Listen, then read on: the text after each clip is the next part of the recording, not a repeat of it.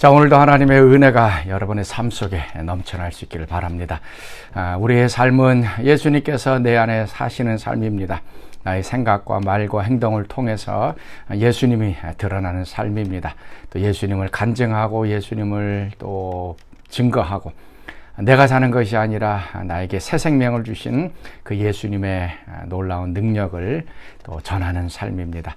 그래서 우리는 작은 예수로 살고 이 땅 위에 보이지 아니하시는 그 하나님의 모습으로 다른 사람에게 나타나게 됩니다. 자, 오늘도 우리가 만나는 모든 사람들 가운데 좀 빛을 전해주고 또 생명을 나누고 사랑을 나누는 귀하고 복된 하루 되시기 바랍니다. 자, 오늘 우리가 묵상할 말씀, 오늘 사도행전 마지막 절입니다. 사도행전 28장 23절에서 31절까지의 말씀 같이 보도록 하겠습니다. 그들이 날짜를 정하고 그가 유숙하는 집에 많이 오니 바울이 아침부터 저녁까지 강론하여 하나님의 나라를 증언하고 모세의 율법과 선지자의 말을 가지고 예수에 대하여 권하더라. 그 말을 믿는 사람도 있고 믿지 아니하는 사람도 있어 서로 맞지 아니하여 흩어질 때에 바울이 한 말로 이르되, 성령이 선지자 이사야를 통하여 너희 조상들에게 말씀하신 것이 옳도다. 일러스되 이 백성에게 가서 말하기를 너희가 듣기는 들어도 도무지 깨닫지 못하며 보기는 보아도 도무지 알지 못하는도다. 이 백성들의 마음이 우둔하여져서 그 귀로는 둔하게 듣고 그 눈은 감았으니 이는 눈으로 보고 귀로 듣고 마음으로 깨달아 돌아오면 내가 고쳐줄까 함이라 하였으니 그런즉 하나님의 이 구원이 이방인에게로 보내어진 줄 아니라 그들은 그것을 들으리라. 바울이 온 이태를 자기 셋집에 머물면서 자기에게 오는 사람을 다 영접하고 하나님의 나라를 전파하며 주 예수 그리스도에 관한 모든 것을 담대하게 거침없이 가르치더라. 우리는 신앙생활하면서 이 복음 증거하는 것, 전도하는 것이 가장 어렵다고 합니다. 신앙생활, 성경 읽고 기도하고 예배하고 봉사하는 것은 그래도 어떻게 할 수 있는데 예수님 증거하는 것은 참으로 어렵다라고 얘기하고 있습니다. 그러나 오늘 이 바울의 삶을 보면 바울은 어디에 가든 또 누구를 만나든 예수님을 증거한 것을 우리가 보게 됩니다. 3차 전도 여행 때 모든 회당에 들어가서 또 예수님에 대해서 증거했습니다. 만나는 모든 사람들에 대해서 증거했습니다. 낮에는 또 장막 만드는 일을 하고 또 밤에는 또 말씀을 증거하는 여러 가지 일들을 했습니다.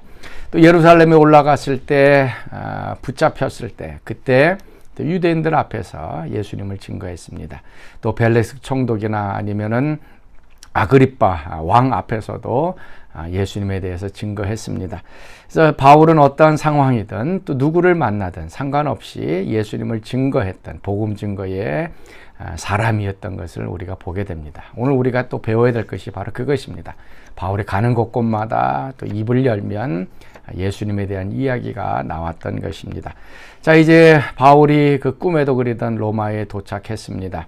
여러 사랑하는 형제들과 함께 로마에 도착했고 바울은 죄가 없다라고 하는 것이 이제 이미 밝혀졌습니다. 그러나 바울 자체가 가이사에게 로마인으로서 상소했기 때문에 이제 로마에 도착했습니다. 그래서 감옥에 갇히지 않고 이제 집에 가택연금 상태로 들어왔습니다. 그래서 모든 사람들이 또 많은 사람들이 바울에게 이제 찾아왔던 것입니다. 바울은 그 기회를 이용해서 또 하나님의 복음을 증거했습니다. 자, 23절 말씀.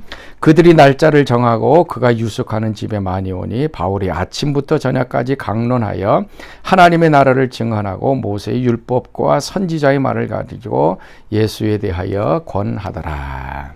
많은 유대인들이 이제 바울이라고 하는 사람이 이제 가이사에게 상소하러 왔다.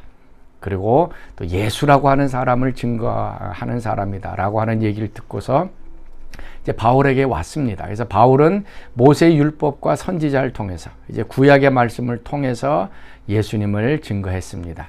그랬더니 결과가 어떻게 나오는가? 24절. 그 말을 믿는 사람도 있고 믿지 아니하는 사람도 있다. 자, 우리가 복음을 증거할 때에 어떤 사람은 믿습니다. 그리고 어떤 사람은 믿지 않습니다. 바로 우리가 이것을 기억해야 됩니다. 우리가 복음을 증거한다고 모든 사람들이 100% 복음을 받아들이는 것이 아닙니다.